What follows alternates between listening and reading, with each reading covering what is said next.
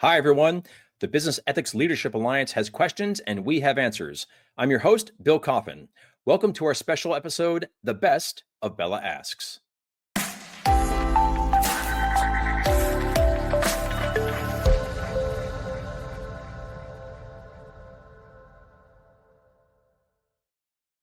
This year, BELA Chair Erica Salmon Byrne and I answered some 50 questions from the Business Ethics Leadership Alliance community, covering every aspect of the ethics and compliance discipline.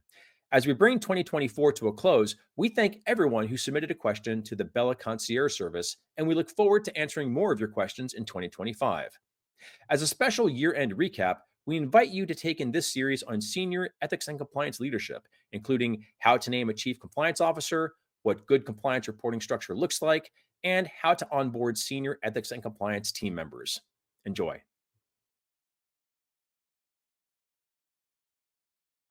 So, Bill, a couple of pieces in this particular question. I'm assuming that the question is coming from a company that has people who are working on compliance, but they don't have someone with that chief title, right? They don't have somebody who is at that level where they're carrying that CCO nomenclature. And so I want to bifurcate my answer into two buckets. The first is benchmarking. So part of making the case is looking at other organizations in your space, your industry, your revenue, your headcount, your global footprint, whatever your space means to you, and seeing the extent to which they have someone who carries that chief compliance officer or chief ethics and compliance officer or chief integrity officer, whatever the title is, right? Some indication that there is someone who has a high level senior title relevant that is related to this particular set of responsibilities.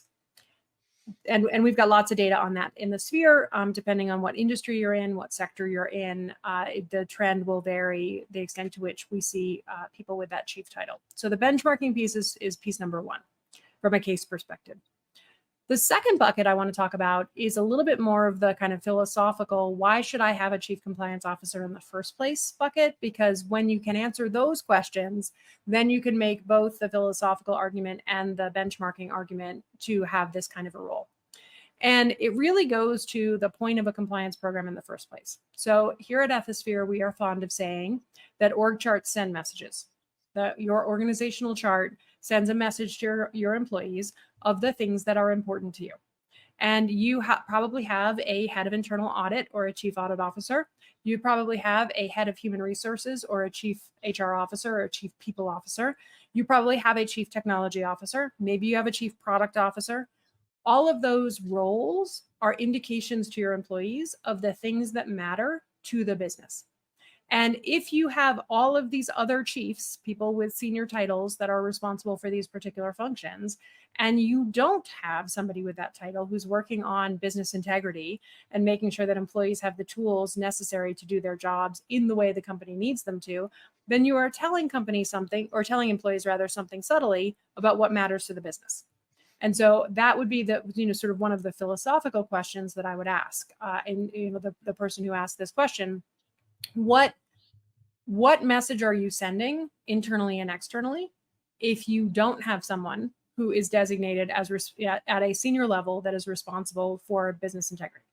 Now, a lot of companies have that person who serves also as the general counsel. And you and I, Bill, have talked about the dangers of dual hatting because at the end of the day, being the chief compliance officer and being the general counsel, those are both full-time jobs. And if somebody is wearing both hats, then that means they're doing neither job with all of their time and attention. And they may have people who are designated to be doing both of those jobs or taking on pieces of those jobs that are junior to them. But again, that sends a message about how the company thinks about this particular role. So it's part of the reason why I'm heartened to see that we now are seeing about 40% of compliance officers reporting outside of legal into, either directly into the CEO or into a chief operating officer or chief administrative officer, somewhere along those lines. And I think that's reflective of an increasing understanding that the whole purpose of the 3 lines of defense, where the employees are the first line, compliance and other control functions are the second line, and audit is the third line, that it is important to make sure that you are devoting the right amount of time, energy, attention, budget, and seniority to that compliance role and designating the title appropriately. Bill, this is a very interesting question because what the person asking the question did not specify is, are they asking about compliance lead down reporting structure? Like who should be on my team? What roles do they have? What responsibilities do they have? Or are they asking about reporting lead compliance person up, which is a different question. Like, do I report into the CEO? Do I report into the administrative officer? Do I report into the chief operating officer or the general counsel? What does my reporting relationship look like with the board? Right? Those are different questions to be asking when it's time to think about your reporting structure. So I'm going to give a little bit of insight into both directions, and then for anybody listening in who is curious about either one of these pieces and would like to go into more detail, we have a lot of data in the sphere about what FTE levels look like, what backgrounds on teams look like, what budget levels look like, and then also what reporting lines up look like in terms of where the compliance function sits inside the organization. So what our data tells us, I'm going to start with compliance officer or chief compliance officer down. What our data tells us is we are seeing an increased diversity of backgrounds on the team. We are seeing more companies with communications professionals that are part of the compliance team and responsible for drafting compelling communications that employees actually want to engage with. We are seeing more companies put people with data backgrounds on the team, and those people are responsible for data analytics and looking at different dashboarding and different ways that data can tell an organization how the program is performing. We are seeing more teams with auditors on them or forensic accountants, particularly if you are in an industry where you might have to do a lot of forensic work as part of an investigation. People with investigations backgrounds, real broad, lawyers, of course, continue to be very prevalent on teams, really, really broad backgrounds on compliance teams across the organization. And more often than not, we will see teams that have people who are specializing in particular pieces of the program. So you would have somebody who works on your third-party risk management. You would have somebody who is really focused on training, somebody who is thinking about communications and manager preparedness, things along those lines. So increasing specialization on teams from a background perspective and increasing specialization on roles. But of course, also we're seeing a lot of people who are compliance managers and other kind of generalist roles as well. On the time-tested age-old question of where do I sit inside the organization, again, a fair amount of diversity. We do still see a majority of programs, a majority of functions rolling into legal, where the person who is running the program, the chief compliance officer, is increasingly not dual-hatted. So while we do still see some compliance officers who are also the general counsel, increasingly we are seeing a recognition on the part of companies that those are two different full-time jobs, and you should designate the person who's actually running the program accordingly and give them the appropriate level of gravitas in the organizational chart. And so we are seeing a separation of those two hats off of one person, but we do still see a lot of programs rolling into the legal department where the person who's running compliance is reporting to the general counsel. We also see, and this is being driven by regulatory expectations, a lot of programs where the person who is running the program also has a direct line in to the board, the relevant chair of the relevant committee that oversees the program, and that they are having their own direct conversations with that individual that do not go through the general counsel. Very importantly, they have direct access to the board, which is a pretty clear regulatory expectation. The one place I will caveat that we see a different structure is if you are subject to the oversight of Health and Human Services here in the US. That entity has been very clear that they believe that reporting into the legal department is bogus. They don't want to see it. They want to see compliance as its own independent function. And I believe that is driving the fact that in about 40% of the data set at this point, we do see compliance reporting outside of legal and either directly to the CEO from a managerial perspective or to somebody else in the C-suite, whether that be a chief operating officer, a chief administrative officer, something along those lines. And then, of course, that critically important direct, unfettered line into the chair of the board committee. Erica, what don't you want to see on a compliance reporting org chart? You don't want to see 4 levels between you and anybody who is ultimately responsible for the behavior of the organization.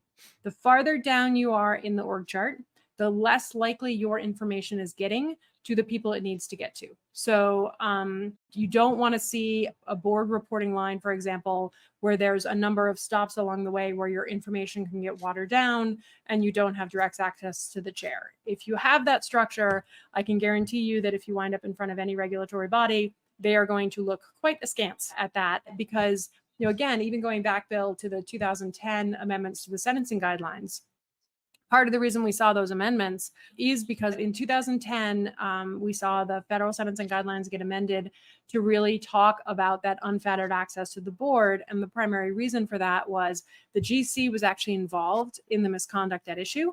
And the board had no idea because the general counsel kept anybody on the compliance team that was trying to get that information to the board from getting that information to the board. And so since 2010, we have really been seeing a very clear expectation from the regulators that the people who are responsible for compliance on a day-to-day basis need to have unfettered access to the board, to the chair of the committee that oversees the program, where nobody else is filtering out the information they're providing. There's no approval of their board materials. They're able to sit in executive session with that committee.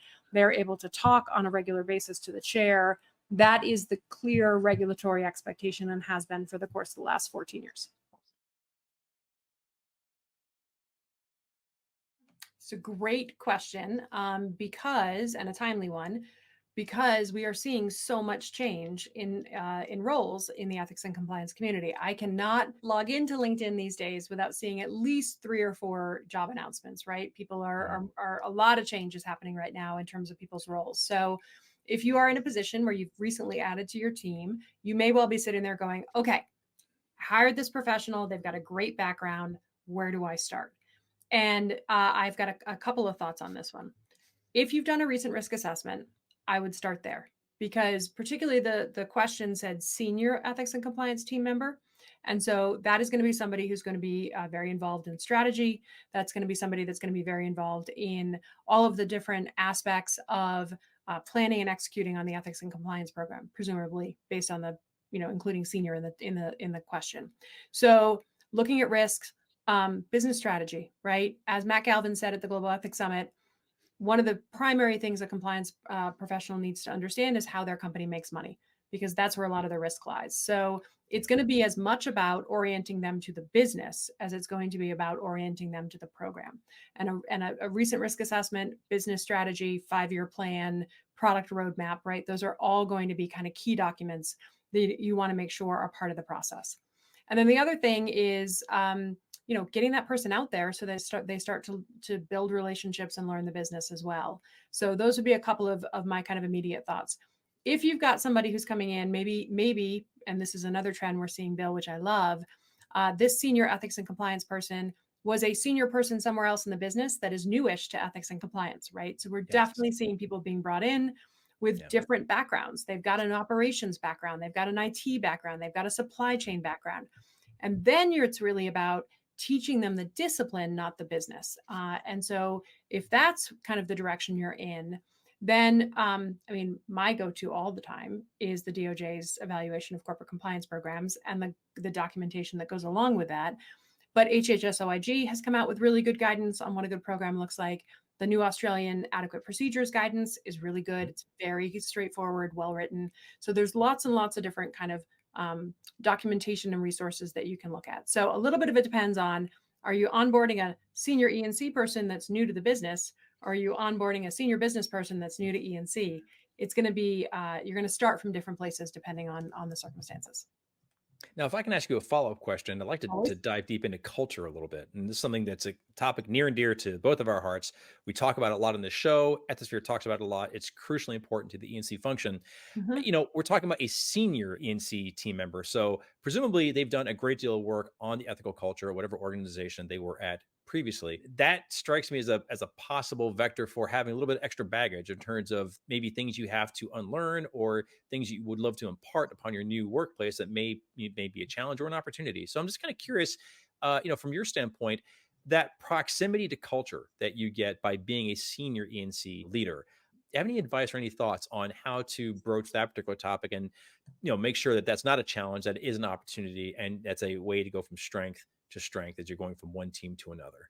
Yeah, no, it's a good question, Bill. And I wouldn't have really thought about it from a baggage perspective. I would think about it more from a lessons learned kind of perspective. But I do think it's a fair point.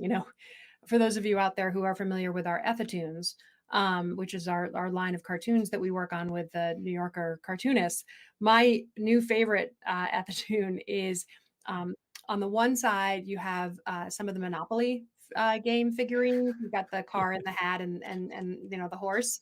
And then on the Uh, other side, you have a couple of chess pieces. And the tagline on the cartoon is, maybe at your former employer you were allowed to move diagonally. Right? yeah, that's a good one. And so I do think there's that element of, helping that new team member start fresh, helping that new team member, potentially figure out what are the things that from their prior experience that they are trying to hold on to, and what are the things that they need to let go of. And I do think that's absolutely something that you need to give some time and energy to, almost doing sort of a debrief of, what worked, what didn't work with the program that they had been involved in previously, what were the lessons learned, and what do we need to leave behind. To learn more about BELA, please visit ethisphere.com/BELA to request guest access to the Member Resource Hub and to speak with the BELA Engagement Director. And if you have a question that you would like answered on BELA Asks, be sure to use the BELA Concierge Service, and we'll get to your question just as soon as we can. I'm Bill Coffin, and this has been a special BELA Asks episode of the Ethicast. For more episodes, please visit the Ethisphere YouTube channel at youtube.com/ethisphere. If this is your first time enjoying the show, please make sure to like and subscribe on YouTube, Apple Podcasts, or Spotify. Thanks so much for joining us. And until next time, remember, strong ethics is good business.